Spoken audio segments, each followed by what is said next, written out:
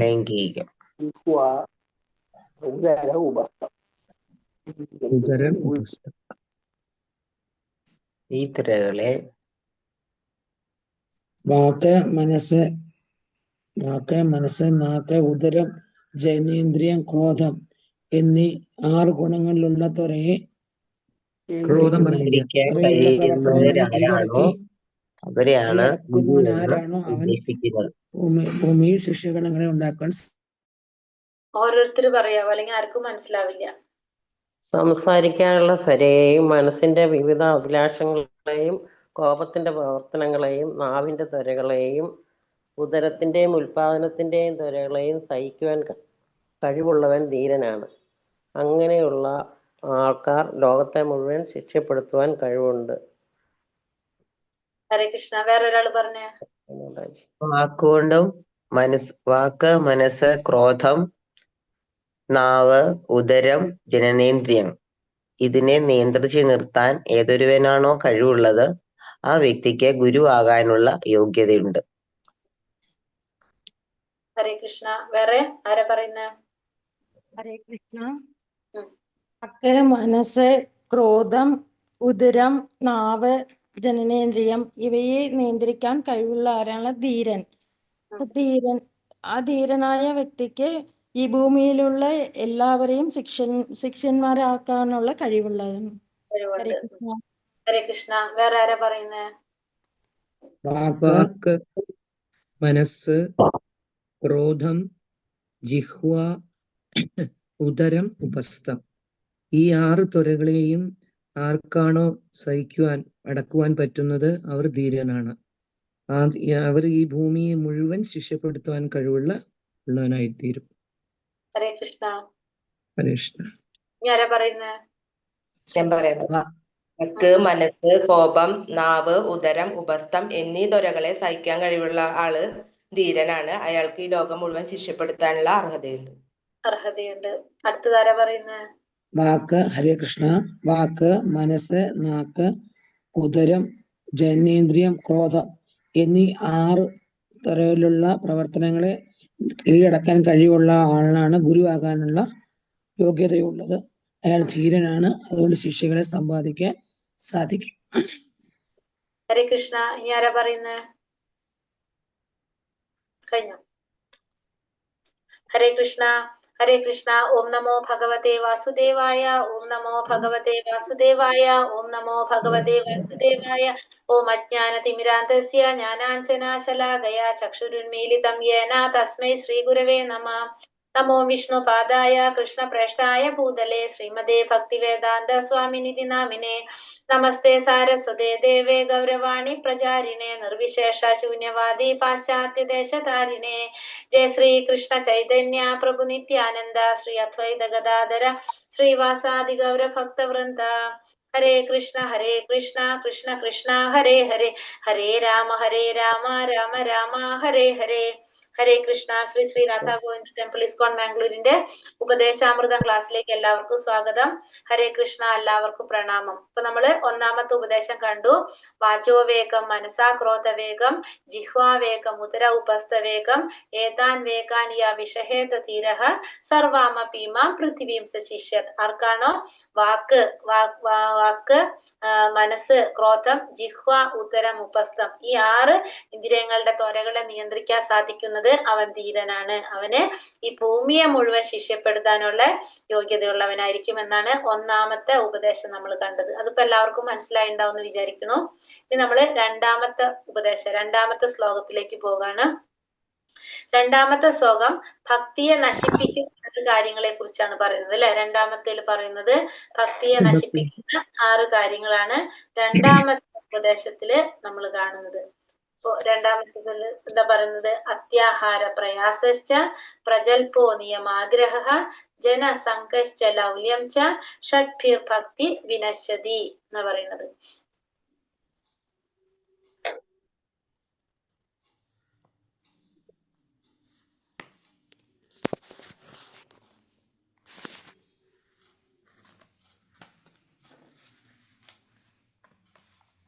രണ്ടാമത്തത് അത്യാഹാര പ്രയാസശ്ച പ്രജൽപോ നിയമാഗ്രഹഃ ജനസംഘർഷ ലൗല്യം ച ഷഡ്ഭിർ ഭക്തിർ വിനശ്യതി. ഒന്ന് അത്യാഹാരം, അമിതമായ ആഹാരം. പ്രയാസശ്ച, പ്രയാസം എന്താണ്? കഷ്ടപ്പാട്, ബുദ്ധിമുട്ട് അല്ലെ, പ്രയാസങ്ങൾ, കഷ്ടപ്പാടുകൾ. അപ്പൊ പ്രയാസശ്ച നമ്മുടെ എന്താ പറയാ, അമിതമായ അധ്വാനം, കഷ്ടപ്പാടുകള്. പിന്നെ പ്രജൽപ്പം, പ്രജൽപ്പം എന്ന് വെച്ചിട്ടുണ്ടെങ്കിൽ അനാവശ്യമായിട്ടുള്ള സംസാരങ്ങൾ, അമിതമായിട്ടുള്ള സംസാരം. നിയമാഗ്രഹ, നിയമങ്ങളിൽ അമിതമായ ആസക്തി. ജനസംഘം, ജനസംഘം എന്ന് വെച്ചാല് ഭൗതിക അല്ലെങ്കിൽ ലൗകിക ജനങ്ങളുമായിട്ടുള്ള സംഘം, കൂട്ടുകെട്ട്. ലൗല്യം, തീവ്രമായിട്ടുള്ള ആഗ്രഹങ്ങൾ. ഇത് നമ്മളെ ഭക്തിയെ നശിപ്പിക്കുന്ന 6 കാര്യങ്ങൾ. ഷഡ്ഭിർ ഭക്തിർ വിനശ്യതി. നമ്മുടെ കൃഷ്ണഭക്തി നശിച്ചു പോകുന്ന 6 കാര്യങ്ങളാണ് ഈ പറഞ്ഞത്. ഒന്ന് അത്യാഹാരം, അമിതമായ ഭക്ഷണം. പിന്നെന്താണ്? അമിതമായ അധ്വാനം, പ്രയാസം എന്ന് വെച്ചാൽ ബുദ്ധിമുട്ട്, കഷ്ടപ്പാട്, അമിതമായ എന്താ പറയാ അധ്വാനം. പിന്നെ പ്രജൽപ്പം, അനാവശ്യമായിട്ടുള്ള സംസാരങ്ങള്. പിന്നെ നിയമാഗ്രഹ, നിയമങ്ങളിൽ ആസക്തി. ജനസംഘശ്ച, ജനസംഘം എന്ന് വെച്ചാൽ ജനങ്ങളുമായിട്ടുള്ള സംഘം. എങ്ങനെയുള്ള ജനങ്ങള്? ഭൗതികമായിട്ടുള്ള ജനങ്ങളുമായിട്ടുള്ള സംഘം, ലൗകിക ജനങ്ങളുമായിട്ടുള്ള കൂട്ടുകെട്ട്. ലൗല്യം, തീവ്രമായിട്ടുള്ള ആഗ്രഹം, അമിതമായിട്ടുള്ള ആഗ്രഹങ്ങൾ. തീവ്രമായ ആഗ്രഹം എന്ന് വെച്ചാൽ ഭയങ്കരമായിട്ട് അമിതമായിട്ടുള്ള ആഗ്രഹങ്ങൾ. അതിന്റെ പ്രോബ്ലം എന്താണ്? നമ്മൾ ആ ആഗ്രഹങ്ങളുടെ പിന്നാലെ പോകും അല്ലെ. അത് ഈ 6 കാര്യങ്ങള് നമ്മുടെ ഭക്തിയെ നശിപ്പിക്കുന്നതാണ്. എന്തൊക്കെയാണ്? അത്യാഹാരം, അമിതമായ ആഹാരം. പ്രയാസം എന്ന് വെച്ചാല് അമിതമായ കഷ്ടപ്പാട്, അമിതമായ അധ്വാനങ്ങള്. പിന്നെ പ്രജൽപ്പം, അനാവശ്യമായ സംസാരങ്ങള്. നിയമങ്ങളിൽ ആസക്തി. പിന്നെ ജനസംഘം, ഭൗതികമായ ജനങ്ങളുമായുള്ള കൂട്ടുകെട്ട്. ലൗല്യം, ലൗല്യം എന്ന് വെച്ചാല് തീവ്രമായിട്ടുള്ള ആഗ്രഹങ്ങള്. ഈ 6 കാര്യങ്ങള് ഷഡ്ഭിർ ഭക്തിർ വിനശ്യതി, നമ്മുടെ ഭക്തിയെ നശിപ്പിക്കുന്നു. എന്താ? അത്യാഹാരം, പിന്നെ അതുപോലെ തന്നെ പ്രയാസശ്ച, നമ്മുടെ കഠിനമായിട്ടുള്ള അമിതമായ ആഹാരം, അമിതമായ അധ്വാനം. പ്രജൽപ്പോ, പ്രജൽപ്പം എന്ന് വെച്ചാൽ അനാവശ്യമായ സംസാരങ്ങള്. നിയമാഗ്രഹ, നിയമങ്ങളിൽ ആസക്തി. ജനസംഘശ്ച, ജനസംഘം. എങ്ങനെയുള്ള ജനസംഘം? ഭൗതികമായിട്ടുള്ള ജനങ്ങളുടെ സംഘം. പിന്നെ ലൗല്യം, തീവ്രമായിട്ടുള്ള ആഗ്രഹങ്ങൾ. ഈ 6 കാര്യങ്ങള് ഭക്തിയെ നശിപ്പിക്കുന്നു, അല്ലെങ്കിൽ ഭക്തിയുടെ പുരോഗമനത്തിന് തടസ്സമുണ്ടാക്കുന്നതാണ് ഈ 6 കാര്യങ്ങൾ എന്ന് പറയുന്നത്. ഹരേ കൃഷ്ണ, മനസ്സിലായോ? ഹരേ കൃഷ്ണ, ഒന്ന് പറയാവോ ആരെങ്കിലും? അമിതമായ ഭക്ഷണം, അമിതമായ അധ്വാനം, അനാവശ്യമായിട്ടുള്ള സംസാരം, യമനിയമങ്ങളിൽ അമിതമായ ആസക്തി, ലൗകിക ജനങ്ങളുമായിട്ടുള്ള കൂട്ടുകെട്ട്, തീവ്രമായ ആഗ്രഹങ്ങൾ. ഈ 6 കാര്യങ്ങൾ കൃഷ്ണഭക്തിക്ക് നശിച്ചു പോകുന്നു. ഒരാൾ കൂടി പറഞ്ഞേ. അമിതമായ ഭക്ഷണം, അനാവശ്യമായ സംസാരം, യമനിയമങ്ങളിലെ അമിതമായ ആസക്തി, ലൗകിക ജനങ്ങളുമായുള്ള കൂട്ടുകെട്ട്, തീവ്രമായ ആഗ്രഹം. ഇതൊക്കെ കൃഷ്ണഭക്തി നശിപ്പിച്ചു കളയുന്നു. ഒരെണ്ണം വിട്ടുപോയോ മാതാജി? കഠിനാധ്വാനം വിട്ടോ? ആദ്യം പറഞ്ഞു അമിതമായ അധ്വാനം. ഓക്കെ, ഹരേ കൃഷ്ണ. ഒരാൾ കൂടി പറഞ്ഞേ. അമിതമായ അധ്വാനം, അനാവശ്യമായ സംസാരം, യമനിയമങ്ങളിൽ അമിതമായ ആസക്തി, ലൗകിക ജനങ്ങളുമായുള്ള കൂട്ടുകെട്ട്, അമിത ആഗ്രഹം. ഈ 6 കാര്യങ്ങൾ കൃഷ്ണഭക്തിയെ നശിപ്പിച്ചു പോകുന്നു. ഒരാൾ കൂടി പറഞ്ഞേ. അമിതമായ ഭക്ഷണം, യമനിയമങ്ങളിൽ ആസക്തി, ജനസംഘം, അമിതമായ ആഗ്രഹം, അനാവശ്യമായ സംസാരം. ഈ 6 കാര്യങ്ങൾ കൃഷ്ണഭക്തിയെ നശിപ്പിക്കുന്നു. മാതാജി പറഞ്ഞോളൂ. അമിതമായ ഭക്ഷണം, അമിതമായ അധ്വാനം, അനാവശ്യമായ സംസാരം, യമനിയമങ്ങളിലുള്ള ആസക്തി, ലൗകിക ജനങ്ങളുമായുള്ള കൂട്ടുകെട്ട്, തീവ്രമായ ആഗ്രഹങ്ങൾ. ഈ 6 കാര്യങ്ങൾ കൃഷ്ണഭക്തിയെ നശിപ്പിക്കുന്നു അല്ലെ. അപ്പൊ ഈ 6 കാര്യങ്ങള് നമ്മുടെ കൃഷ്ണഭക്തിയുടെ പുരോഗതിക്ക് തടസ്സമുണ്ടാക്കുന്നതാണ്. ഈ 6 കാര്യങ്ങള്: അത്യാഹാര പ്രയാസശ്ച പ്രജൽപോ നിയമാഗ്രഹ ജനസംഘശ്ച ലൗല്യം ച ഷഡ്ഭിർ ഭക്തിർ വിനശ്യതി. അത്യാഹാരം, അമിതമായ ആഹാരം. പ്രയാസശ്ച, പ്രയാസം എന്ന് വെച്ചിട്ടുണ്ടെങ്കിൽ അമിതമായ അധ്വാനങ്ങള്, കഷ്ടപ്പാടുകള്. പിന്നെ പ്രജൽപോ എന്ന് വെച്ചിട്ടുണ്ടെങ്കിൽ അനാവശ്യമായ സംസാരങ്ങള്. നിയമാഗ്രഹ യമനിയമങ്ങളിലുള്ള ആസക്തി, ജനസംഘം ജനസംഘത്തിലെ ജനങ്ങളുടെ സംഘം, എങ്ങനത്തെ ജനങ്ങളുടെ, ഭൗതികമായിട്ടുള്ള ജനങ്ങളുടെ സംഘം, ലൗല്യം തീവ്രമായിട്ടുള്ള ആഗ്രഹങ്ങള്, ഷഡ്ഭീർ ഭക്തിർ വിനശ്യതി, ഈ 6 കാര്യങ്ങള് നമ്മുടെ ഭക്തിയെ നശിപ്പിക്കുന്നു എന്നാണ് പറയുന്നത്. രൂപഗോസ്വാമി പറഞ്ഞിരിക്കുന്നതാണത്. താഴെ പറയുന്ന 6 കാര്യങ്ങൾ അമിതമായി ഏർപ്പെടുന്നവരുടെ ഭക്തി നശിച്ചു പോകുന്നു. ആവശ്യത്തിലധികം ഭക്ഷിക്കുക, അല്ലെങ്കിൽ ആവശ്യത്തിലധികം സമ്പാദിക്കുക. ഒരു പോയിന്റ് കൂടി പറയുന്നത് സമ്പാദിക്കുക. ദുർലഭങ്ങളായ തുച്ഛ വസ്തുക്കൾ ലഭിക്കുന്നതിന് വേണ്ടി കൂടുതലായി അധ്വാനിക്കുക. ഗൗരവമില്ലാത്ത ലൗകിക വിഷയത്തെ കുറിച്ച് ആവശ്യമല്ലാതെ സംസാരിക്കുക. വൈദിക വിധികളെയും നിയന്ത്രണങ്ങളെയും ആത്മീയ പുരോഗതി ലക്ഷ്യമാക്കാതെ ഒഴിവാക്കാൻ നിവൃത്തിയില്ലല്ലോ എന്ന് തോന്നൽ കൊണ്ട് മാത്രം അനുസരിക്കുക. വൈദിക വിധി നിയന്ത്രണങ്ങളെ അവഗണിക്കാതെ സ്വേച്ഛാനുസരണം പ്രവർത്തിക്കുക.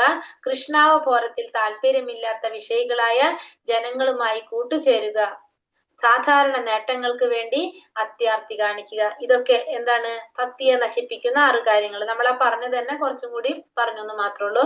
എനിക്ക് തോന്നുന്നു നമ്മൾ പറഞ്ഞ പോലെ പഠിക്കുന്നതായിരിക്കും എളുപ്പം വെച്ചാൽ അത് പഠിച്ചാൽ മതി കേട്ടോ. ഇത് ഇത്രയും പഠിക്കണം എന്നില്ല. 6 പോയിന്റുകൾ ആ ശ്ലോകത്തിന് തന്നെ എടുത്തിട്ട് പഠിക്കാം. 2ാമത്തെ ശ്ലോകത്തിന് ഇട്ടിട്ടുണ്ടായിരുന്നോ? ഫോട്ടോ ഇട്ടിട്ടുണ്ടായിരുന്നോ? ഇല്ല മാതാജി. മറന്നത് അത് വേറൊരു ഗ്രൂപ്പിൽ ഇടുന്നതാണ് ഫോർവേഡ് ചെയ്ത് തരുന്നത്. അപ്പൊ അതുകൊണ്ട് അവിടെ നിന്ന് എടുക്കാൻ മറക്കുമ്പോ നമ്മളിവിടെ മറക്കണത്. ഇട്ടുതരാം. ഇപ്പൊ പരമപുരുഷന്റെ 3 തരത്തിലെ ശക്തികളുണ്ട്. ഭഗവാന് 3 ശക്തികൾ നമ്മൾ ഇപ്പൊ ഭാഗവതത്തിൽ പഠിച്ചിട്ടുണ്ടായിരുന്നു അല്ലെ. അന്തരംഗ ശക്തി, തടസ്ഥ ശക്തി, ബഹിരംഗ ശക്തി. 3 ശക്തികള് ഭഗവാനുള്ളത്. ഒന്ന് അന്തരംഗ ശക്തി, തടസ്ഥ ശക്തി, ബഹിരംഗ ശക്തി. അന്തരംഗ ശക്തി എന്ന് പറഞ്ഞാല് നമുക്കറിയാം ആരാണ്? രാധാറാണിയാണ്. ബഹിരംഗ ശക്തി എന്ന് പറയുന്നത് ഭഗവാന്റെ ഏത് ശക്തിയാണത്? ദുർഗാദേവി. ദുർഗാദേവിയാണ്. തടസ്ഥ ശക്തി എന്ന് പറയുന്നത് രണ്ടിന്റെ ഇടയിൽ വരുന്നത്, തടയായിട്ട് വരുന്ന ആരാണ്? ബഹിരംഗ ശക്തി എന്ത് മാതാജി? മായാതല്ലേ? ദുർഗാദേവി, അതായത് മായശക്തി, ദുർഗാദേവി. അപ്പൊ തടസ്ഥ ശക്തി എന്ന് പറയുന്നത് ജീവാത്മാക്കള്. ഭഗവാന്റെ അന്തരംഗ ശക്തി, ബഹിരംഗ ശക്തി, തടസ്ഥ ശക്തി. എല്ലാ ജീവാത്മാക്കളും ചേർന്നതാണ് തടസ്ഥ ശക്തി. ഇവർ അന്തരംഗ ശക്തിക്കും ബഹിരംഗ ശക്തിക്കും ഇടയിൽ സ്ഥിതി ചെയ്യുന്നു. അപ്പൊ 2 ശക്തിക്കും ഇടയിലാണ് ഏത് സ്ഥിതി ചെയ്യുന്നത്? തടസ്ഥ ശക്തി, അതായത് ജീവാത്മാക്കള് സ്ഥിതി ചെയ്യുന്നത്. ഇപ്പൊ ജീവാത്മാക്കള് പരിപൂർണത നേടിക്കഴിഞ്ഞാൽ അവരുടെ ആരുടെ സംരക്ഷണത്തിലാവും? അന്തരംഗ ശക്തിയുടെ സംരക്ഷണത്തിലാവും. അല്ലാതെ ആണെങ്കിൽ പത്താത്മാവാണെങ്കിൽ അത് ആരുടെ സംരക്ഷണത്തിലാണ്? ബഹിരംഗ ശക്തി, ദുർഗാദേവിയുടെ സംരക്ഷണത്തിലായിരിക്കും. ഇതൊക്കെ നമുക്ക് അറിയാവുന്ന കാര്യങ്ങളാണ്. അന്തരംഗ ശക്തിക്ക് കീഴിലുള്ള ജീവാത്മാക്കൾ ഭഗവാന് ഭക്തിയുടെ ഭഗവത് സേവനം ചെയ്യുന്നു. ഇപ്പൊ നമുക്കറിയാം അല്ലെ, ഭക്തിയുടെ സേവനം ചെയ്യുന്നവരാണ് അന്തരംഗ ശക്തിയുടെ കീഴിലുള്ളവർ. കാരണം അവരെങ്ങനെയാണ്? അന്തരംഗ ശക്തിയിലേക്ക് എത്തണമെങ്കിൽ നമുക്ക് എന്ത് വേണം? നമ്മൾ ഈ ഭൗതിക ലോകത്തിൽ നിന്ന് നമ്മൾ ആത്മീയ ലോകത്തിലേക്ക് പോകണം. അപ്പോഴാണ് അന്തരംഗ ശക്തി നമ്മളെ സംരക്ഷിക്കുന്നത്. നമുക്ക് ഭഗവത്ഗീതയിൽ നമ്മൾ പറഞ്ഞ പോയിന്റ്സ് ആണ് ഇതൊക്കെ. സങ്കുചിത ഹൃദയരെയല്ല, വിശാല ഹൃദയരെയാണ് മഹാത്മാക്കൾ എന്ന് വിളിക്കുന്നത്. നമുക്കറിയാം മഹാത്മാക്കളാണ് ആരുടെ സംരക്ഷണത്തിൽ വരുന്നത്? അന്തരംഗ ശക്തിയുടെ സംരക്ഷണത്തിൽ വരുന്നത്. അപ്പൊ എങ്ങനെയുള്ളവരെയാണ് മഹാത്മാക്കൾ എന്ന് പറയുന്നത്? വിശാല ഹൃദയരെയാണ് മഹാത്മാക്കൾ എന്ന് വിളിക്കുന്നത്. സങ്കുചിതമായ മനസ്സുകൾ, ദേശീയവാദം, മനുഷ്യത്വവാദം, പരോപകാരവാദം എന്നിങ്ങനെയുള്ള ഇസത്തിന്റെ പേര് പറഞ്ഞ് നന്മ ചെയ്യുന്ന പ്രവർത്തനങ്ങളിൽ ഏർപ്പെട്ടു വരുന്നു. അപ്പൊ മഹാത്മാക്കൾ എന്ന് പറയുന്നത് വിശാല ഹൃദയരെയാണ് മഹാത്മാക്കൾ എന്ന് പറയുന്നത്. അതായത് ആ മഹാത്മാക്കൾ എപ്പോഴും എന്ത് ചെയ്തുകൊണ്ടിരിക്കും? മഹാത്മാക്കള് മറ്റുള്ളവരിലും കൂടി ജനക്ഷേമത്തിന് വേണ്ടി എനിക്ക് ഭഗവാനെ കുറിച്ച് മനസ്സിലാക്കാൻ സാധിച്ചെങ്കിൽ എന്റെ ഒപ്പമുള്ള എല്ലാവർക്കും, അതായത് ബാക്കി എല്ലാ ജീവാത്മാക്കളും ഭഗവാന്റെ അംശമാണ് എന്നറിയാവുന്നതാണ് ആ മഹാത്മാവ്. എല്ലാവരിലേക്കും ഭഗവാനെ കുറിച്ച് പറഞ്ഞു കൊടുക്കുക, എല്ലാവരിലേക്കും ആ സാക്ഷാത്കാരത്തിനുള്ള വഴി കാണിച്ചു കൊടുക്കാൻ ആഗ്രഹിക്കുന്ന വ്യക്തിയാണ് ആര്? മഹാത്മാക്കൾ. 9ാമത്തെ അധ്യായത്തിൽ പറയുന്നുണ്ട് അല്ലെ, ആ മഹാത്മാക്കള് ആരെ സംരക്ഷണത്തിലായിരിക്കും?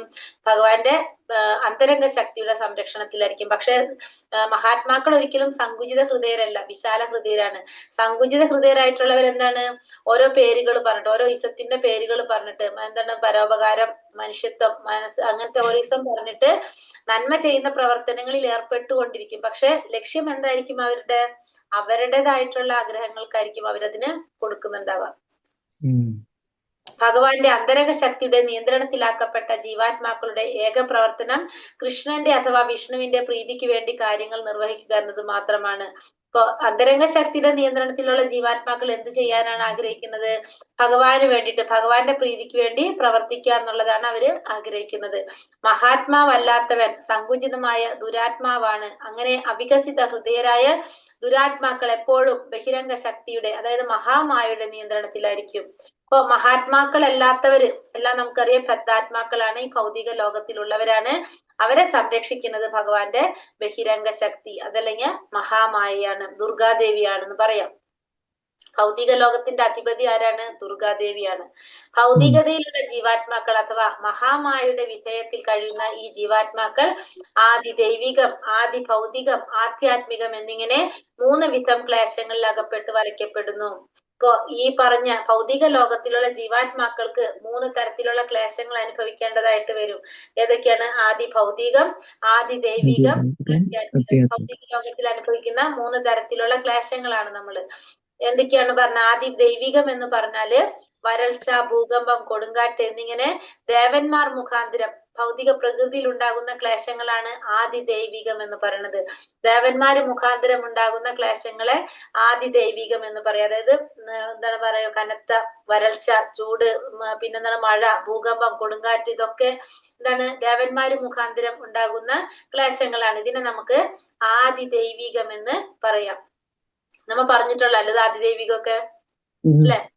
പിന്നെ ഇനി അടുത്ത ആദി ഭൗതികം എന്ന് പറഞ്ഞാല് കൃമികീടാദികള്, വൈരികള്, മറ്റു ജീവികൾ കൊണ്ടുണ്ടാകുന്ന ക്ലേശങ്ങള്, അതായത് നമ്മുടെ ശത്രുക്കളെ കൊണ്ട് അല്ലെങ്കിൽ മറ്റുള്ള ജീവാത്മാക്കളെ കൊണ്ട് നമുക്ക് ഉണ്ടാകുന്ന ക്ലേശങ്ങളെ ആദി ഭൗതികം എന്ന് പറയാം. പിന്നെ ആധ്യാത്മികം എന്ന് പറഞ്ഞാൽ നമ്മുടെ ശരീരം കൊണ്ട്, മനസ്സുകൊണ്ട് നമുക്ക് ഉണ്ടാകുന്ന ക്ലേശങ്ങള് ആധ്യാത്മികം. നമുക്ക് അസുഖം വരുന്നതൊക്കെ ആധ്യാത്മിക ക്ലേശത്തിൽ വരുന്നതാണ്. അപ്പൊ 3 തരത്തിലുള്ള ക്ലേശങ്ങള് ആധ്യാത്മികം, ആദി ഭൗതികം, ആദി ദൈവികം. ഇനി ശരീരത്തിന്റെ മിതമായ ആവശ്യങ്ങൾക്ക് വേണ്ടതിലധികം ആരും സംഭരിച്ചു വെക്കരുത്. ഈ സരളമായ തത്വം അനുസരിച്ചാൽ ശരീരം നിലനിർത്താൻ പ്രയാസമുണ്ടാകില്ല. ഇപ്പൊ നമ്മള് ഇവിടെ എന്താ പറയുന്നത്? നമ്മുടെ ശരീരത്തിന്റെ ആവശ്യങ്ങൾക്ക് നമ്മൾ ഒരിക്കലും എന്ത് ചെയ്യേണ്ട ആവശ്യമില്ല, നമുക്ക് വേണ്ടതിൽ കൂടുതൽ നമ്മൾ സംഭരിച്ചു വെക്കേണ്ട ആവശ്യമില്ല. നമുക്ക് ഈ സരള തത്വം നമ്മൾ അനുസരിച്ച് പോകുകയാണെങ്കിൽ നമുക്ക് ശരീരം നിലനിർത്താനായിട്ട് പ്രശ്നം ഉണ്ടാവില്ല.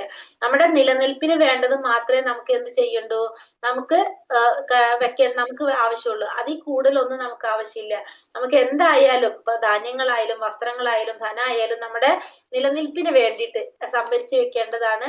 അതിൽ കൂടുതൽ നമ്മൾ സംഭരിക്കേണ്ട ആവശ്യമില്ല. അതില് അങ്ങനെ ഈ തത്വം അനുസരിച്ച് പോകുകയാണെങ്കിൽ നമുക്ക് എന്തുണ്ടാവില്ല, ശരീരം നിലനിർത്താനായിട്ട് യാതൊരു പ്രശ്നം ഉണ്ടാവില്ല. അപ്പൊ നമുക്ക് നമ്മൾക്ക് ആവശ്യമുള്ളത്, നമുക്ക് എന്തൊക്കെയാണ് ആവശ്യമുള്ളത്, അത് നമ്മുടെ നിലനിൽപ്പിന് വേണ്ടി മാത്രം സംഭരിക്കുക. അത് ചെയ്തു കഴിഞ്ഞാൽ നമുക്കിവിടെ ജീവിതം നിലനിർത്താനായിട്ട്, ശരീരം നിലനിർത്താനായിട്ട് ഒരിക്കലും ഒരു പ്രശ്നം ഉണ്ടാവില്ല. അതിനൊരു ഉദാഹരണം എന്താ പറയുന്നത്? മൃഗപ്രപഞ്ചത്തിൽ ശാരീരികമോ സാമ്പത്തികമോ അവശ്യ വസ്തു ക്ഷാമപരമായ പ്രശ്നങ്ങൾ ഉണ്ടാവില്ല. അപ്പൊ ഈ മനുഷ്യരുടെ ഇടയിലാണ് ഈ പ്രോബ്ലം വരുന്നത്. ബാക്കി ഉള്ള ജീവാത്മാക്കള് ഈ 80 ലക്ഷം, 84-ല് 4 ലക്ഷം മനുഷ്യർ പോയി കഴിഞ്ഞാൽ ബാക്കി 80 ലക്ഷം ജീവാത്മാക്കളിൽ ഈ പ്രോബ്ലം ഉണ്ടാവില്ല. അതിന് ഉദാഹരണം എന്താ പറയുന്നത്? ഒരു ചാക്കരി തുറന്നു വെച്ച് കഴിഞ്ഞാല് പക്ഷികൾ എന്ത് ചെയ്യും? അത് പറന്ന് വന്നിട്ട് അവർക്ക് ആ കൊക്കില് കൊള്ളുന്നത്, അവർക്ക് എത്രയാണ് ആവശ്യമുള്ളത് അത് മാത്രം എടുത്തിട്ട് തിരിച്ചു പോകും. ഇപ്പൊ കോഴി വന്നാലും പക്ഷി വന്നാലും ഏത് മൃഗം വന്നാലും, അരി കഴിക്കുന്ന മൃഗം വന്നു കഴിഞ്ഞാൽ അത് അത് കഴിക്കും. അതിന് വേണ്ടാത്തതാണെങ്കിൽ അത് കഴിക്കാതെ പോകും. അങ്ങനെയാണ് ചെയ്യുക. പക്ഷെ ഒരു മനുഷ്യനാണ് ആ ചാക്ക് കണ്ടു കഴിഞ്ഞാലോ കഴിക്കാവുന്നത് മാക്സിമം കഴിക്കുകയും ചെയ്യും. അത് കഴിഞ്ഞിട്ട് ബാക്കിയുള്ളത് എന്ത് ചെയ്യും? എടുത്തുകൊണ്ട് പോവുകയും ചെയ്യും, അല്ലെ? സംഭരിച്ചു. അതാണ് മനുഷ്യനും മൃഗങ്ങളും തമ്മിലുള്ള വ്യത്യാസം. നമ്മൾ എന്താ ചെയ്യാ? നമ്മൾ ആ അരി കഴിക്കാവുന്നതിന്റെ മാക്സിമം നമ്മൾ അത് കഴിക്കും. കൂടാതെ നമ്മൾ എന്ത് ചെയ്യും? ബാക്കിയുള്ളത് ആ ചാക്കോട് കൂടി തന്നെ നമ്മൾ എടുത്തുകൊണ്ട് പോവുകയും ചെയ്യും. നാളേക്കും മറ്റന്നാളേക്കും എന്ന് പറഞ്ഞിട്ട് നമ്മൾ കൊണ്ടുപോകും. നമുക്ക് വേണ്ടെങ്കിൽ നമ്മൾ സൂക്ഷിച്ചു വെച്ചു, അല്ലെ? അതാണ് മനുഷ്യന്റെ. പക്ഷെ അത് എല്ലാവരും ഇല്ലല്ലോ, ചിലരല്ലേ ഉള്ളൂ. അല്ല, ചിലവരെന്നല്ല, മനുഷ്യരെന്ന് പറഞ്ഞാൽ പൊതുവെ പറയുന്ന ഒരു സ്വഭാവം. ഇപ്പൊ അരി എന്ന് പറയല്ല, അരിന്നല്ല, എന്തൊരു വസ്തു മനുഷ്യർ അങ്ങനെയാണ് പൊതുവെ. നമ്മൾ എപ്പോഴും നമുക്ക് എത്ര കിട്ടിയാലും തൃപ്തി ഇല്ലാത്തൊരു സ്വഭാവമാണ് നമുക്ക്. അപ്പൊ നമുക്ക് ഇപ്പൊ അരി എന്നുള്ള സബ്ജക്ട് എടുക്കല്ല, നമ്മൾ എന്തൊരു കാര്യം നമുക്ക് വേണ്ടതാണെങ്കിൽ നമ്മൾ അത് അങ്ങനെ ചെയ്യാം. അങ്ങനെ മനസ്സിലാവുണ്ടോ? അപ്പൊ അതിന് എക്സാമ്പിൾ ഇപ്പൊ നമ്മള് സമ്പാദിക്കുന്നത് തന്നെ ചിന്തിച്ചോളൂ. നമ്മൾ സുഖമായിട്ട് എന്നും ഭക്ഷണം കഴിക്കുന്നുണ്ട്, നമുക്ക് വേണ്ട കാര്യങ്ങളൊക്കെ ഉണ്ട്. പക്ഷെ എന്നിട്ടും നമ്മൾ എന്ത് ചെയ്തുകൊണ്ടിരിക്കുകയാണ്? നമുക്ക് ഇനിയും വേണമെന്നുള്ള ചിന്ത വരുന്നത് എന്തുകൊണ്ടാണ്? അപ്പൊ അതിന് പകരം നമ്മൾ പൈസ എന്ന് വിചാരിച്ചാലും സംഭവം റെഡി എല്ലാവരും ചെയ്യുന്നതല്ല അത്. അപ്പൊ നമുക്ക് ചെയ്യാവുന്നതിന്റെ മാക്സിമം നമ്മൾ ചെയ്യും. അതിനാണ് നമ്മൾ എന്ത് പറയണത്? അത്യാഹാരം. ഇത് വെച്ച് വെക്കും, ഇത് അത്യാഹാരം, ഇത് വിലക്കപ്പെട്ടിരിക്കുന്നതാണ്. അങ്ങനെ നമ്മൾ ചെയ്യാനായിട്ട് പാടില്ല. അത് വിലക്കപ്പെട്ടിരിക്കുന്ന ഒരു കാര്യമാണ്. അത്യാഹാര പ്രവണത കൊണ്ടാണ് ഈ ലോകത്തിൽ എന്ത് സംഭവിക്കും? നമുക്ക് ദുഃഖങ്ങൾ അനുഭവിക്കേണ്ടി വരും. അപ്പൊ അത്യാഹാരം എന്ന് പറയുന്നത് അമിതമായ ആഹാരം മാത്രമല്ല, അമിതമായ ധനസമ്പാദനമാണെന്നും കൂടി പറഞ്ഞൂടെ, അല്ലേ? ഫസ്റ്റത്തില് പറഞ്ഞപ്പോ അമിതമായ ആഹാരവും അമിതമായിട്ടുള്ള ധനസമ്പാദനവും കൂടി വരുന്നുണ്ട്. അപ്പൊ ഇത് ഈ ഭൗതിക ലോകത്ത് ദുഃഖങ്ങൾ ഉണ്ടാക്കുന്നതാണ്.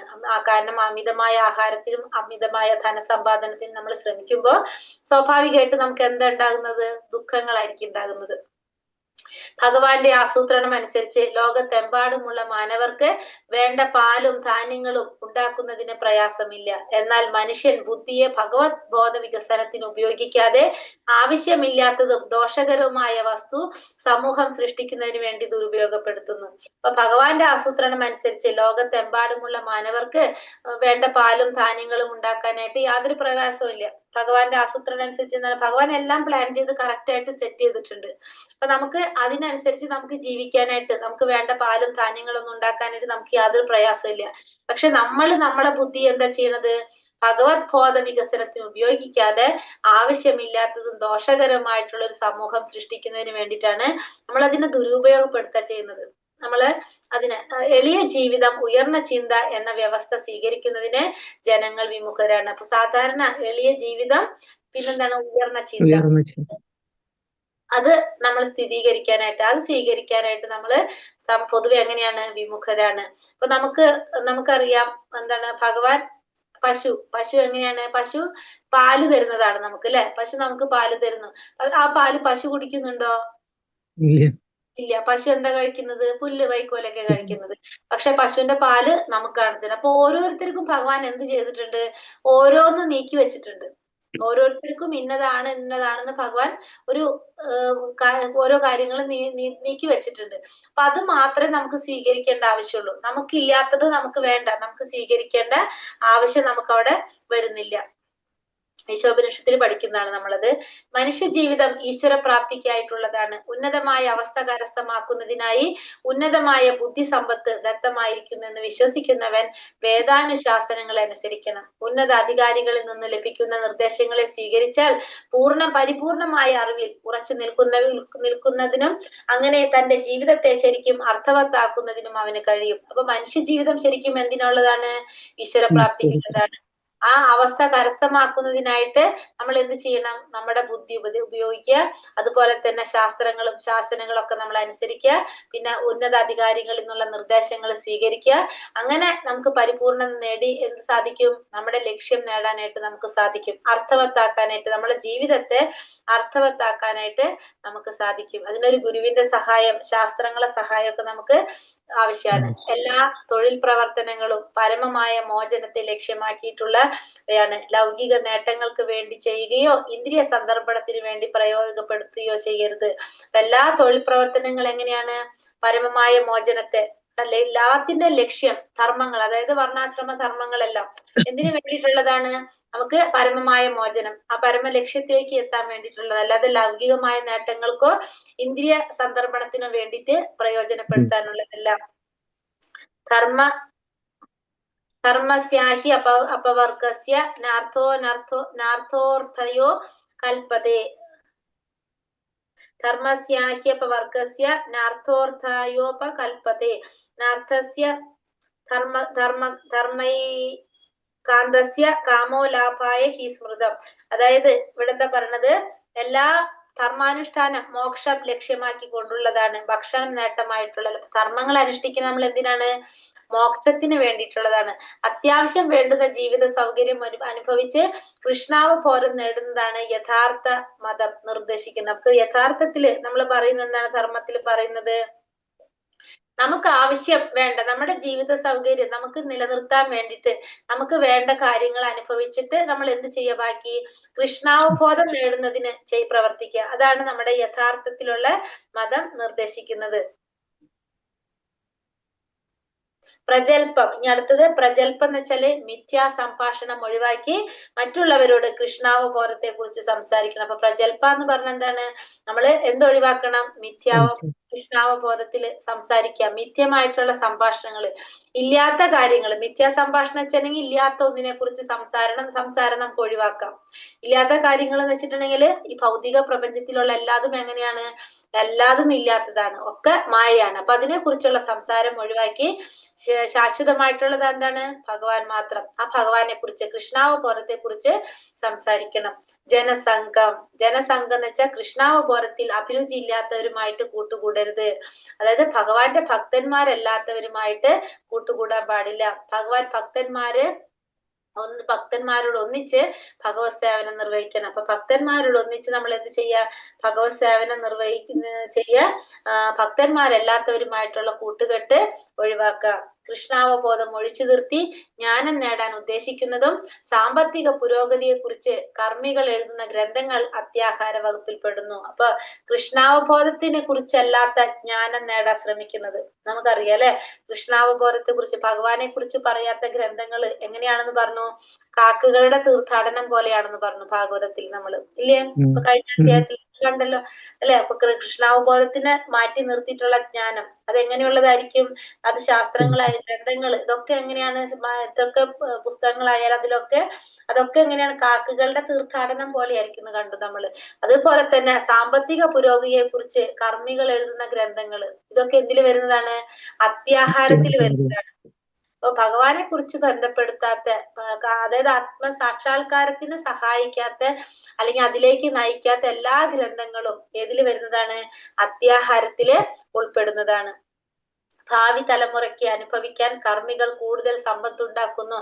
ഇങ്ങനെ നിഷ്പ്രയോജനങ്ങളായ കാര്യങ്ങളിൽ മുഴുകി അവർ ജീവിതം വ്യർത്ഥമാക്കുന്നു. അപ്പൊ ഭാവി തലമുറയ്ക്ക് അനുഭവിക്കാൻ വേണ്ടിയിട്ട് കർമ്മികൾ എന്താ ചെയ്യുന്നത്? കുറെ സമ്പത്ത് ഉണ്ടാക്കി വെക്കും. നമുക്ക് വേണ്ടിയിട്ടും നമ്മളെ മക്കൾക്കും അവരുടെ മക്കൾക്കുള്ള അനുഭവിക്കാനുള്ള സ്വത്ത് നമ്മളുടെ കയ്യിൽ ഉണ്ടാകും. അങ്ങനെ നമ്മൾ എന്ത് ചെയ്തുകൊണ്ടിരിക്കുക? നമ്മളെ ജീവിതം മുഴുവൻ നമ്മൾ നിഷ്പ്രയോജനങ്ങളായിട്ടുള്ള കാര്യങ്ങളിൽ മുഴുകിയിട്ട് നമ്മളെ ജീവിതം നമ്മൾ വ്യർത്ഥമാക്കിക്കൊണ്ടിരിക്കും. ഇപ്പൊ ചിലപ്പോ 50, 60, 70 വയസ്സ് വരെ നമ്മൾ ഇങ്ങനെ ജോലി ചെയ്തുകൊണ്ടിരിക്കും. നമുക്ക് ജീവിക്കാനുള്ളത് എല്ലാതും ഉണ്ടാവും. പക്ഷെ നമ്മുടെ മക്കൾക്ക് അല്ലെങ്കിൽ അവരുടെ മക്കൾക്ക് സുഖമായിട്ട് ജീവിക്കാനാണ് നമ്മളെ ചെയ്തുകൊണ്ടിരിക്കുന്നത്. അപ്പൊ എന്താ സംഭവിക്കുന്നത്? നമ്മുടെ ലക്ഷ്യം നമുക്ക് ചെയ്യാൻ പറ്റാതെ വരും. നമ്മള് പ്രയോജനങ്ങളില്ലാത്ത കാര്യങ്ങളാണ് നമ്മൾ അപ്പോൾ അവിടെ ചെയ്തുകൊണ്ടിരിക്കുന്നത്. അതുകൊണ്ട് നമുക്ക് പ്രയോജനം ഉണ്ടാകുന്നില്ല. നമ്മൾ എന്താ ചെയ്യേണ്ടത്? നമ്മുടെ പരമമായ ധർമ്മം ഭഗവത് സേവനമാണ്. അതിനുള്ള സമയം നമുക്ക് കിട്ടാതെ വരും. അത് നമ്മുടെ ജീവിതം എന്തായിട്ട് മാറാണ്? വ്യർത്ഥമാകാണ്. പിന്നെ നമ്മൾ എന്താ പറയണത്? കൃഷ്ണാവബോധ വികസനത്തിന് ആ 4 യമനിയമങ്ങൾ അത് പാലിക്കണം നമ്മള്. അതായത് ഏതൊക്കെയാണ് നമുക്കറിയാം? മദ്യപാനം, ചൂതാട്ടം, വിഹിത ബന്ധങ്ങള്, മാംസഭോജനം തുടങ്ങിയ ദോഷങ്ങളിൽ നിന്ന് ഒഴിഞ്ഞു നിൽക്കണം. മായാവാദികള്, മുക്തിവാദികള്, സിദ്ധിഗാമികള് അത്യാഹാരികളാണ്. ഇവരോട് കൂട്ടുകൂടാനായിട്ട് പാടില്ല. മായാവാദി എന്ന് വെച്ചാൽ എന്താണ്? ഭഗവാൻ ഒരു രൂപമില്ല എന്ന് പറയുന്നവരാണ് ആര്? മായാവാദികള്. ഇവരായിട്ട് കൂടാൻ പാടില്ല. ഭഗവാൻ എന്ന് പറഞ്ഞ ഒരു വ്യക്തി ഇല്ല, ആ വ്യക്തിക്ക് ഒരു രൂപവും ഇല്ല, ഭഗവാൻ ഒരു പ്രകാശമാണെന്ന് ചിന്തിക്കുന്ന ഒരു കൂട്ടർ അല്ലെ. അങ്ങനെയുള്ളവരായിട്ട് നിരാകാരത്തിൽ പറയുന്ന ഭഗവാന്, അങ്ങനെയുള്ളവരായിട്ട് കൂട്ടുകൂടാൻ പാടില്ല. പിന്നെ ഭുക്തികാമി എന്ന് വെച്ചാല് ഭൗതിക സുഖത്തില് താല്പര്യമുള്ളവരാണ് ഭുക്തികാമികള്. ഭൗതികമായിട്ടുള്ള ആഗ്രഹങ്ങളുള്ളവരെ ഭുക്തികാമികൾ എന്ന് പറയും. മുക്തി ആഗ്രഹിക്കുന്നവരെ മുക്തികാമികൾ എന്ന് പറയും. സിദ്ധികാമികൾ എന്ന് വെച്ചാൽ സിദ്ധി ആഗ്രഹിക്കുന്നവര് സിദ്ധികാമികള്. ഇവരായിട്ടൊന്നും നമ്മൾ എന്ത് പാടില്ല? കൂട്ടുകൂടാൻ പാടില്ല. കാരണം ഭുക്തികാമികളോട് കൂട്ടുകൂടിയ നമ്മളെ വഴി എന്തിലേക്ക് പോകും? ഭൗതികമായ ആഗ്രഹങ്ങളുടെ വഴിയിലേക്ക് പോകും. മുക്തികാമികളോട് കൂട്ടുകൂടി കഴിഞ്ഞാലോ മുക്തി ലക്ഷ്യമാക്കിയിട്ടായിരിക്കും നമ്മൾ പ്രവർത്തിക്കുന്നത്, നമ്മൾ ആഗ്രഹിക്കുന്നത്. പക്ഷെ നമ്മുടെ ലക്ഷ്യം എന്താണ്? ഭഗവത് സേവനമാണ്. അപ്പൊ അതുകൊണ്ട് മുക്തികാമികളോടും കൂടാൻ പാടില്ല. പിന്നെ സിദ്ധികാമികൾ എന്താ ആഗ്രഹിക്കുന്നത്? സിദ്ധികള്, കുറെ സിദ്ധികൾ നമ്മൾ പറഞ്ഞു അല്ലെ. 8 സിദ്ധികള് നമ്മൾ പറഞ്ഞിട്ടില്ല, നമുക്കറിയില്ല, നമ്മൾ പഠിച്ചിട്ടില്ല 8 സിദ്ധികള്. അണിമ മഹിമ അതാണോ? അതെ അതെ, അണിമ, മഹിമ, ലഹിമ, ആ 8 സിദ്ധികൾ. അപ്പൊ ആ സിദ്ധികൾ നേടാൻ വേണ്ടിയിട്ടുള്ളവർ ആഗ്രഹിക്കുന്നവര്, സിദ്ധികാമികള്, അവരും ആയിട്ടൊന്നും കൂട്ടുകൂടാനായിട്ട് പാടില്ല. അപ്പൊ ഇവരൊന്നായിട്ട് നമ്മൾ കൂട്ടാൻ പറ്റില്ല, ഭക്തന്മാരുമായിട്ടായിരിക്കണം നമ്മൾ കൂടേണ്ടത്. സിദ്ധികളെ കുറിച്ച് പറഞ്ഞാൽ നമുക്ക് വരുന്നുണ്ട് കേട്ടോ. അത് അത്യാഹാരത്തെ കുറിച്ച് ശ്രീല രൂപഗോസ്വാമിയുടെ നിർദ്ദേശങ്ങൾ അവഗണിച്ചത് കൊണ്ടാണ് ക്യാപിറ്റലിസ്റ്റ് രാജ്യങ്ങളും കമ്മ്യൂണിസ്റ്റ് രാജ്യങ്ങളും തമ്മിൽ യുദ്ധങ്ങൾ നടന്നു വരുന്നത്. എല്ലാ സമ്പത്തും കൃഷ്ണന്റേതാണ്, അവയെ കൃഷ്ണന്റെ ഭരണത്തിന് വേണ്ടി വിധേയമാക്കിയാൽ സാമ്പത്തിക പ്രശ്നം സമാധാനം കാണാനാകും. അപ്പൊ ഈ തമ്മിൽ തല്ലുണ്ടാകുന്നത് എന്തുകൊണ്ടാണ്? എല്ലാതും എന്റേതാണെന്ന് ചിന്തിക്കുമ്പോഴാണ് അവിടെ പ്രശ്നം ഉണ്ടാകുന്നത്. എല്ലാം ഭഗവാന്റേതാണെന്ന് മനസ്സിലാക്കി കഴിഞ്ഞാൽ പിന്നെ അവിടെ എന്തില്ല, അവിടെ പ്രശ്നങ്ങളില്ല. അപ്പൊ എപ്പോഴും കാരണം എന്താണ്? എല്ലാം എന്റെയാണ് എന്ന് പറയുമ്പോഴാണ് എന്ത് വരുന്നത്? അവിടെ യുദ്ധങ്ങൾ, പ്രശ്നങ്ങൾ സംഭവിക്കും. എല്ലാം ഭഗവാന്റേതാണെന്ന് നമ്മൾ എപ്പോ മനസ്സിലാക്കുന്നു, പിന്നെ അവിടെ നമുക്ക് പ്രശ്നങ്ങൾ ഉണ്ടാകുന്നില്ല. ഈശോപനിഷത്തിൽ പറയുന്നു, ഈ പ്രപഞ്ചത്തിലുള്ള എല്ലാം ഭഗവാന്റെ ഉടമസ്ഥതയിലുള്ളതാണ്. അതുകൊണ്ട് അവനവന് മാത്രം നീക്കിവെക്കപ്പെട്ടതല്ല. ഈശ്വരനിൽ വിശ്വാസമില്ലാത്തയാൾ ലൗകിക സമ്പത്ത് വർദ്ധിപ്പിക്കാനായി ക്യാപിറ്റലിസം, കമ്മ്യൂണിസം എന്നിങ്ങനെ സമ്പ്രദായങ്ങൾ ഉണ്ടാക്കുന്നു. അപ്പൊ ഈശോപനിഷത്തിൽ പറയുന്നത് എന്താണ്? ഈ പ്രപഞ്ചം എന്ന് പറഞ്ഞാൽ ഭഗവാന്റെ ഉടമസ്ഥതയിലുള്ളതാണ്. അപ്പൊ ഈ പ്രപഞ്ചത്തിലുള്ള എല്ലാതും എങ്ങനെയാണ്? ഓരോരുത്തർക്കും ഭഗവാൻ ഒരു വിഹിതം നീക്കി വെച്ചിട്ടുണ്ട്. ഈ പ്രപഞ്ചത്തില് എല്ലാം ഭഗവാന്റെ ഉടമസ്ഥതയിലുള്ള, അപ്പൊ ഓരോരുത്തർക്കും, ഭഗവാന്റെ സൃഷ്ടിയാണ് എല്ലാവരും. ഭഗവാൻ നമ്മളൊക്കെ സൃഷ്ടിച്ചപ്പോ തന്നെ നമുക്ക് ഓരോരുത്തർക്കും ഓരോ വിഹിതങ്ങൾ ഭഗവാൻ നീക്കി വെച്ചിട്ടുണ്ട്.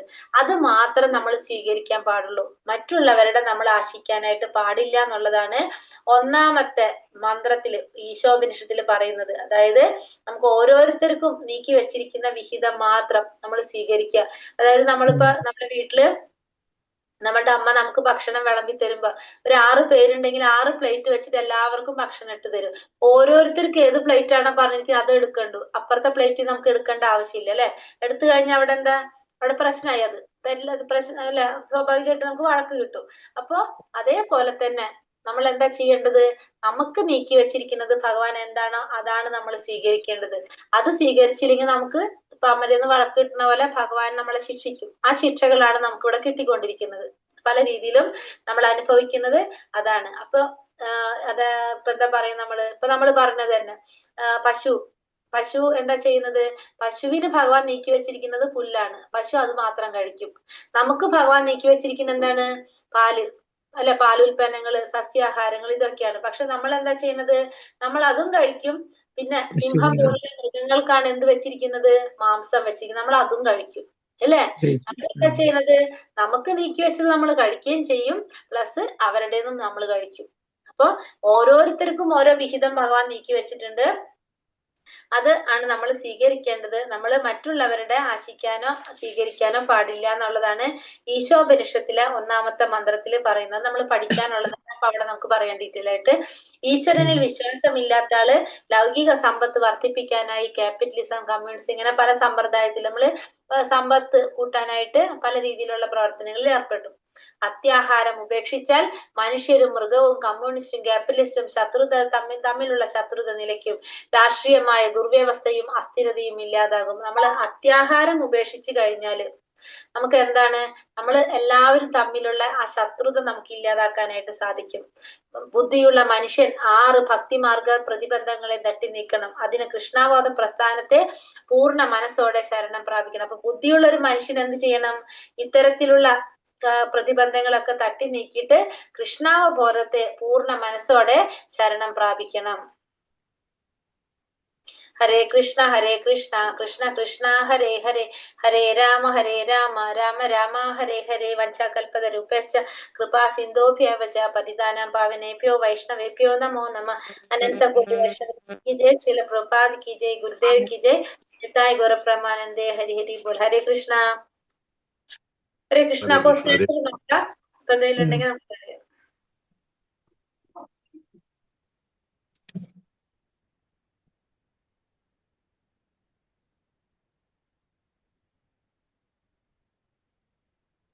ഒന്നാമത്തെ ക്വസ്റ്റ്യൻ ഏതാണ്? രണ്ടാമത്തെ ഉപദേശത്തിൽ എന്താ പറയുന്നത്?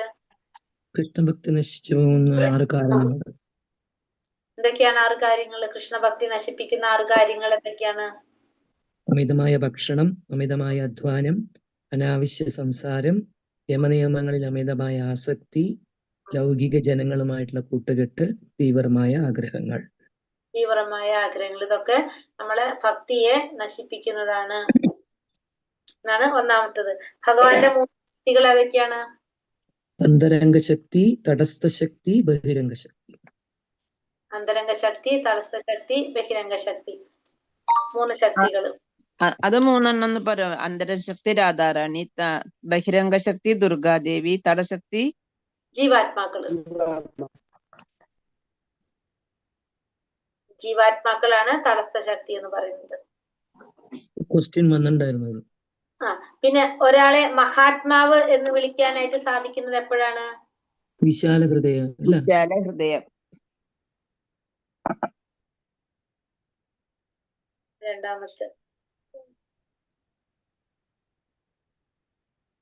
അതായത് അത് അങ്ങനെയല്ല വിശാല ഹൃദയം എന്നല്ല പറയുന്നത്. ഇവിടെ പറയുന്നുണ്ട് പരമ ദിവ്യോത്തമ പുരുഷനായ ഭഗവാന്റെ ഇന്ദ്രിയങ്ങളെ സന്തോഷിപ്പിക്കുമ്പോഴാണ് ആ വ്യക്തിയെ നമുക്ക് എന്ത് പറയാനായിട്ട് മഹാത്മാവ് എന്ന് വിളിക്കാനായിട്ട് സാധിക്കുന്നത്. അതായത് നമ്മുടെ ഇന്ദ്രിയങ്ങളെ സന്തോഷിപ്പിക്കാതെ ഭഗവാന്റെ ഇന്ദ്രിയങ്ങളെ സന്തോഷിപ്പിക്കാൻ ശ്രമിക്കുന്ന വ്യക്തിയെ നമുക്ക് എന്ത് പറയാം?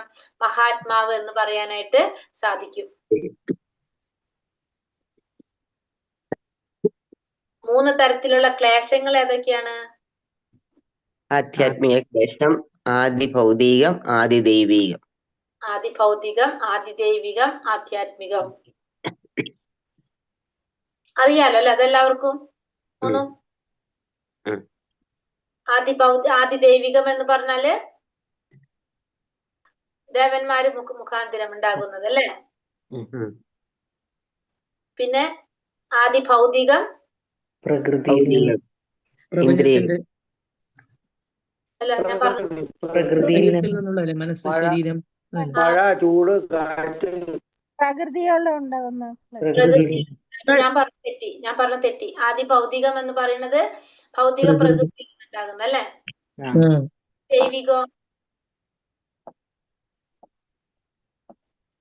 ആദിദൈവികം പ്രകൃതി മാതാജി പറഞ്ഞ ആദിദൈവികം പ്രകൃതിയുമായിട്ടുള്ള ദുഃഖം, ആദിഭൗതികം മറ്റു ജീവികളായിട്ടുള്ള ദുഃഖം. മാതാജി പറഞ്ഞത് ക്ലാസ്സിൽ പറഞ്ഞത് അങ്ങനെയാണ്. ആദിദൈവികം പ്രകൃതി മൂലമുള്ള ദുഃഖം, ആദിഭൗതികം മറ്റു ജീവികളിൽ മൂലമുള്ള ദുഃഖം, ആധ്യാത്മിക. ആദിദൈവികം എന്ന് വെച്ചിട്ടുണ്ടെങ്കിൽ ഭൗതിക പ്രകൃതി, അതായത് ദേവന്മാര് മുഖാന്തരം ഉണ്ടാകുന്നത് ആദിദൈവികം, പ്രകൃതി മൂലം. ഓക്കെ. ഭൗതിക ആദിഭൗതികം എന്ന് പറഞ്ഞാല് നമ്മളെ പോലെ മറ്റു ജീവാത്മാക്കള് പോലെ ഭൗതികം. ആധ്യാത്മികം എന്ന് പറയുന്നത് നമ്മളുടെ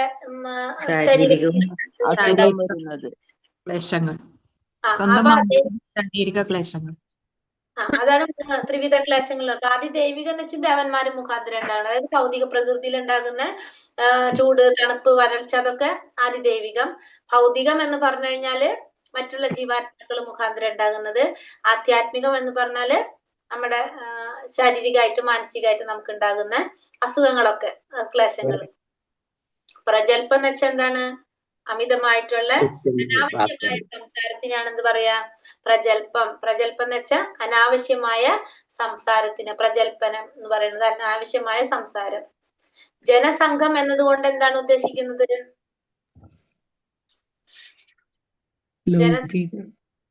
ജനസംഘം എന്ന് വെച്ചാല് ലൗകിക ജനങ്ങളുമായിട്ടുള്ള കൂട്ടുകെട്ട്. ലൗകിക ജനങ്ങളുമായിട്ടുള്ള കൂട്ടുകെട്ട് എന്നാണ് ജനസംഘം എന്ന് പറയുന്നത്. ലൗകിക ജനങ്ങളുമായിട്ടുള്ള കൂട്ടുകെട്ട്, അതാണ് ജനസംഘം. 7ാമത്തെ ലാസ്റ്റ് പറയാം. അടുത്തത് 8ാമത്തെ. ഈശോപനിഷത്തിലെ പ്രഥമ മന്ത്രത്തിൽ പറയുന്നത് എന്താണ്? നമ്മൾ പറയില്ലേ, എല്ലാതും ഭഗവാന്റെ സൃഷ്ടിയാണ്. ഓരോരുത്തർക്കും ഭഗവാൻ എന്ത് ചെയ്തിട്ടുണ്ട്? ഈ പ്രപഞ്ചത്തില് ഓരോ വിഹിതം നീക്കി വെച്ചിട്ടുണ്ട്. അപ്പൊ നമുക്ക് അർഹതപ്പെട്ടത് മാത്രം നമ്മൾ സ്വീകരിക്കാൻ പാടുള്ളൂ, മറ്റുള്ളവരുടെ ധനം ആശിക്കാൻ പാടില്ല എന്നാണ് പറയുന്നത്. നമുക്ക് ഓരോരുത്തർക്കും നീക്കി വെച്ചിരിക്കുന്നത് മാത്രമേ നമ്മൾ സ്വീകരിക്കാൻ പാടുള്ളൂ, മറ്റുള്ളവരുടേത് നമ്മൾ ആശിക്കരുത് എന്നാണ് ഈശോപനിഷത്തിലെ 1ാമത്തെ മന്ത്രത്തില് പറയുന്നത്. നമ്മൾ പഠിക്കാനുള്ളതാണത്, നമുക്ക് അപ്പൊ നോക്കാം. അപ്പൊ അങ്ങനെയാണ് പറയുന്നത്. അപ്പൊ ഭഗവാന്റെ ഉടമസ്ഥതയിലുള്ളതാണ് എല്ലാതും, എല്ലാം ഭഗവാന്റെ സൃഷ്ടിയാണ്. നമുക്ക് ഓരോരുത്തർക്കും ഭഗവാൻ ഒരു വിഹിതം നീക്കി വെച്ചിട്ടുണ്ട്. അപ്പൊ എല്ലാവരും സൃഷ്ടിക്കുമ്പോൾ തന്നെ ആ മനുഷ്യർ ഇന്നത്, മൃഗങ്ങൾ ഇന്നത്, ഇങ്ങനെ അങ്ങനെ ഓരോരുത്തരോടും പറഞ്ഞിട്ടുണ്ട് അല്ലെ എന്താ ചെയ്യേണ്ടതെന്നുള്ളത്. അത് തെറ്റിക്കുന്നത് ആര് മാത്രാണ്? നമ്മൾ മാത്രാണ് തെറ്റിക്കുന്നത്. അതുകൊണ്ടാണ് നമ്മൾ എന്തനുഭവിക്കുന്നത്, ഇത്തരത്തിലുള്ള ക്ലേശങ്ങളൊക്കെ അനുഭവിച്ചു കൊണ്ടുപോകും. അത് അനുഭവിക്കാനുള്ള ബുദ്ധിയും ബോധവും നമുക്ക് തരുകയും ചെയ്തു. അല്ലാത്തതാണെങ്കിൽ നമുക്ക് മനസ്സിലാകില്ല അല്ലെ. അപ്പൊ നമ്മളത് ചെയ്യുന്നത് കൊണ്ടാണ് നമുക്കത് വരുന്നത്. ഇനി എപ്പോഴാണ് ഒരു മാതൃകാ സമൂഹം സ്ഥാപിക്കുന്നത്? ഈ പറഞ്ഞത് ഈശോപനിഷത്തിൽ ഈ മന്ത്രത്തിൽ പറഞ്ഞില്ലേ, അതേപോലെ നമുക്ക് വേണ്ടത് മാത്രം, അതായത് നമുക്ക് അർഹതപ്പെട്ടത്, നമുക്ക് നീക്കി വെച്ചത് മാത്രം നമ്മൾ സ്വീകരിക്കുകയാണെങ്കിൽ സ്വാഭാവികമായിട്ടും എന്താണ്, ആ സമൂഹം എങ്ങനെയായിരിക്കും? മാതൃകാ സമൂഹമായിരിക്കും. ഓരോരുത്തരും അവരവർക്ക് നീക്കി വെച്ചിരിക്കുന്നത് മാത്രം നമ്മൾ സ്വീകരിച്ചു പോകുകയാണെങ്കിൽ നമ്മുടെ ഈ സമൂഹം എങ്ങനെയായിരിക്കും മാറുക? സ്വാഭാവികമായിട്ടും മാതൃകാ സമൂഹമായിട്ട് മാറും. ഈശാവാസ്യമിതം സർവം യത്കിഞ്ചാ ജഗത്യാം ജഗത് തേന തെക്തേന ഭുഞ്ചിത മാം കൃതാ കസ്യ സിദ്ധനം എന്ന് പറയുന്നത്. അപ്പൊ ഈ പ്രപഞ്ചത്തിലുള്ള എല്ലാതും ഭഗവാന്റെ സൃഷ്ടിയാണ്. എല്ലാതും ഭഗവാന്റെ ഉടമസ്ഥതയിലുള്ളതാണ്. ഓരോരുത്തർക്കും ഓരോ വിഹിതം ഭഗവാൻ നീക്കി വെച്ചിട്ടുണ്ട്. അത് മാത്രം നമ്മൾ സ്വീകരിക്കാൻ പാടുള്ളൂ. മറ്റുള്ളവരുടെ നമ്മൾ ആശിക്കാൻ പാടില്ല. അത് അങ്ങനെ നമ്മൾ ജീവിക്കുകയാണെങ്കിൽ നമുക്കിവിടെ എന്തുണ്ടാക്കാൻ പറ്റും? ഒരു മാതൃകാ സമൂഹം നമുക്ക് സൃഷ്ടിക്കാനായിട്ട് സാധിക്കും. ഇതാണ് മാതൃകാ സമൂഹം സ്ഥാപിതമാകുന്ന എപ്പോഴാണെന്നുള്ളതിന്റെ ആൻസർ. ഇനി ഒരെണ്ണം, ഒരു സത്യസന്ധനും ബുദ്ധിയുള്ളവനുമായ വ്യക്തി എങ്ങനെ പെരുമാറുന്നു എന്നുള്ളത് ഒരു $100 ഉദാഹരണത്തിലൂടെ വ്യക്തമാക്കുക. അത് പറഞ്ഞു തന്നിട്ടില്ല, പറയാം. അതായത് ഒരു $100 വഴിയിൽ കിടക്കാണ്. അപ്പൊ അത് വഴിയിൽ കിടക്കുമ്പോ ആദ്യത്തെ വ്യക്തി, അതിലെ കടന്നു പോകുന്ന ആദ്യത്തെ വ്യക്തി എന്ത് ചെയ്യും? അതെടുത്ത് പോക്കറ്റിൽ ഇട്ടിട്ട് പോകും. അപ്പൊ ആ വ്യക്തി എങ്ങനെയല്ല? സത്യസന്ധനല്ല ആ വ്യക്തി അല്ലെ. അതെടുത്തിട്ട് അത് പോക്കറ്റിലിട്ട് പോകാണ്. അപ്പൊ ആദ്യത്തെ വ്യക്തി സത്യസന്ധനല്ല. രണ്ടാമത്തെ ഒരു വ്യക്തി, അതിലെ വരുന്ന വ്യക്തി അതെന്ത് ചെയ്യും? അതവിടെ കണ്ടു, പക്ഷെ അത് എടുക്കുന്നില്ല. അയാൾ ഒന്നും ചെയ്യുന്നില്ല. അയാള് കാരണം അന്യരുടെ മുതൽ ഞാൻ ആഗ്രഹിക്കാൻ പാടില്ല എന്ന് വിചാരിച്ചിട്ട് അത് അവിടെ തന്നെ ഇട്ടിട്ട് പോകും. അപ്പൊ രണ്ടാമത്തെ വ്യക്തി എങ്ങനെയാണ്? സത്യസന്ധനാണോ? എന്താണ് അയാൾ? അല്ല അർഹതപ്പെട്ടവർക്ക് അത് എത്തിക്കും, കൊടുക്കണ്ടേ? ആരുടെ ചോദിച്ചിട്ട് ആ വ്യക്തി അതെന്താ ചെയ്തത്? ആ വ്യക്തി അതിന്റെ ഉപയോഗം അവിടെ നടത്തുന്നില്ല. അത് ഒന്നുകിൽ അവിടെ കിടന്ന് നശിച്ചു പോകാണ് ചെയ്യുക. അപ്പൊ അതിന്റെ ഉപയോഗം, ശരിയായ രീതിയിലുള്ള ഒരു ഉപയോഗം അവിടെ നടക്കുന്നില്ല. മൂന്നാമത്തെ വ്യക്തി, അതിലെ പോകുന്ന വ്യക്തി, മൂന്നാമത്തെ വ്യക്തി അത് എടുത്തിട്ട് അതെന്ത് ചെയ്യും? അതിന്റെ ഓണറെ കണ്ടുപിടിച്ച്, അതിന്റെ ഉടമസ്ഥനെ കണ്ടുപിടിച്ച് ആ വ്യക്തിയെ ഏൽപ്പിക്കാവുമ്പോ എന്താ ചെയ്യുന്നത്? അയാൾ സത്യസന്ധനാണ്. കാരണം അയാൾ എന്താ ചെയ്യുന്നത്? അയാൾ അതിന്റെ ശരിയായ രീതിയിലുള്ള ഉപയോഗം അവിടെ കാണിക്കുകയാണ് ചെയ്യുന്നത്. അത് ഉടമസ്ഥനെ കണ്ടുപിടിച്ചു, അയാൾ അത് ഏൽപ്പിച്ചു കൊടുത്തു. അയാൾ സത്യസന്ധനാണ്. അയാൾ എന്താണ്? ഉത്തരവാദിത്തോടെ അവിടെ പ്രവർത്തിക്കുകയും ചെയ്തു. അപ്പൊ അതാണ് $100 ഉദാഹരണത്തിലൂടെ പറഞ്ഞത്. അപ്പൊ നമ്മളൊരു കാര്യം നമ്മൾ ചെയ്യുമ്പോ ആ സത്യസന്ധത എന്ന് പറയുന്നത് എന്താണ്? അത് ശരിയായ രീതിയിൽ നമ്മൾ പ്രവർത്തിക്കുക എന്നുള്ളതാണ് മനസ്സിലാക്കേണ്ടത്. സത്യസന്ധത എന്ന് പറയുന്നത്, രണ്ടാമത്തെ വ്യക്തി അത് എടുത്തില്ല, പക്ഷെ അയാളെ സത്യസന്ധത നമുക്ക് പറയാൻ പറ്റില്ല. കാരണം എന്താണ്? ആ പ്രവൃത്തി ശരിയായ രീതിയിൽ അവിടെ നടന്നില്ല അല്ലെ. അതുകൊണ്ട് അയാളെ നമുക്ക് സത്യസന്ധൻ എന്ന് പറയാൻ പറ്റില്ല. അപ്പൊ സത്യസന്ധൻ എന്ന് പറയുമ്പോ എങ്ങനെയായിരിക്കണം? അതിന്റെ ശരിയായ രീതിയിലുള്ള ഉപയോഗം കൂടി നടത്തിയാലാണ് ആ വ്യക്തിയെ നമുക്ക് സത്യസന്ധൻ എന്ന് പറയുന്നത്. അല്ലാതെ നമ്മൾ അന്യരെ മുതൽ എടുത്തില്ലെങ്കിൽ നമ്മൾ സത്യസന്ധനല്ല. നമ്മൾ എന്തുകൂടി ചെയ്യണം? അതിന് ശരിയായ രീതിയിൽ അതിനെ കാണാനായിട്ട് ശ്രമിക്കുക. അതാണ് അതിലൂടെ നമുക്ക് പറഞ്ഞു തരുന്നത്. എനിക്കൊരു അനുഭവം ഉണ്ടായി. ഗുരുവായൂർ അമ്പലത്തിലൊരു സ്വർണം